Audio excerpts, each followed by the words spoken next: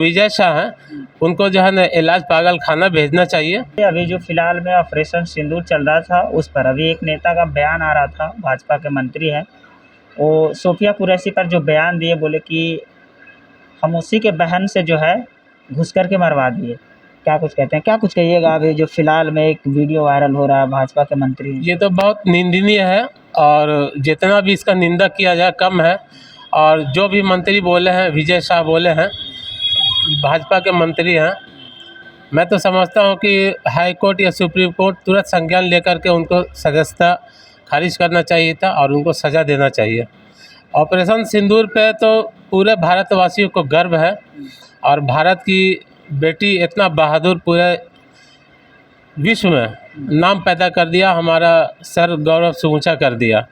जहाँ तक सोफिया कुरैशी का सवाल है तो अंदर घुस करके पाकिस्तान को मारा और 2 दिन में ही पाकिस्तान को ज़मीन पर सुला दिया। लेकिन जो बयान है ये हर एक को हैरान है इस बयान से। अब बयान पे तो उसको सज़ा आना मिलना चाहिए, एकदम बिल्कुल मिलना चाहिए। मानसिकता देखिए कितना ख़राब है। ऑपरेशन में तो और भी भारत की बेटी थी और भी एयरफोर्स थे, लेकिन सूफिया कुरैशी पे ही क्यों किया गया? भाजपा वाला आखिर इतना माने वीर बहादुर लेडी को एज ए मुसलमान था, इसीलिए उसको कहा गया कि वो उसी की बहन, आतंकवादी की बहन को भेज करके हमने उसी की बहन से पिटवाया। कितना ख़राब बात है। इससे भी ख़राब शब्द हो सकता है का मानसिकता? हमको लगता है कि वो जो विजय शाह हैं उनको जो है ना इलाज पागल खाना भेजना चाहिए और सख्त उनको कड़ी सज़ा देना चाहिए। जहाँ तक हमारे वीर शहीदों का सवाल है तो वीर शहीद को मैं सैल्यूट करता हूँ और जितने भी हमारे वीर शहीद सारे लोग अमर रहें और जितने लोग शहीद हुए हैं उनके परिवार वालों को कम से कम सरकार मिनिमम मेरे हिसाब से 1 करोड़ रुपया तो मुआवजा देना चाहिए और हर शहीद के परिवार को एक नौकरी मिलनी चाहिए।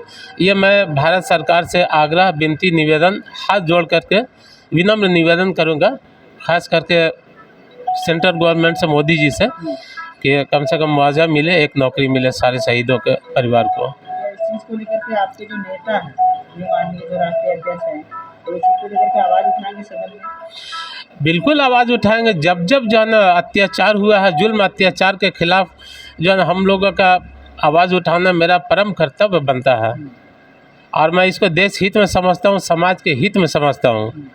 और हमारे जो आइडियोलॉजी है, हमारे आइडियल हैं चंद्रशेखर आज़ाद जी, मैं तो उनको सैल्यूट करता हूँ और वो हमारे मार्गदर्शक हैं। उनके दिशा निर्देश के हिसाब से ही चलूँगा, 1 इंच दाएं बाएं नहीं चलूँगा, जैसे वो बताएंगे। इतना बड़ा काम कर दी सोफिया कुरैशी ने, उसके बाद भी मुसलमानों का टारगेट क्यों किया जाता है? देखिए, इससे भी बड़ी कुर्बानी मुसलमानों ने दिया है। अंग्रेज़ को भगाने में भी आप देखे होंगे कि इंडिया गेट में लगभग 97,000 शहीदों का नाम है, तो 97,000 में लगभग 64 या 65,000 मुसलमानों का सिर्फ नाम है। जबकि देश की आज़ादी जिस समय हुई थी 1947 में, उस समय भारत का टोटल जो है पॉपुलेशन था 35 करोड़। 35 करोड़ में मात्र 10% 10 करोड़ मुसलमान थे और 25 करोड़ हिंदू समाज थे।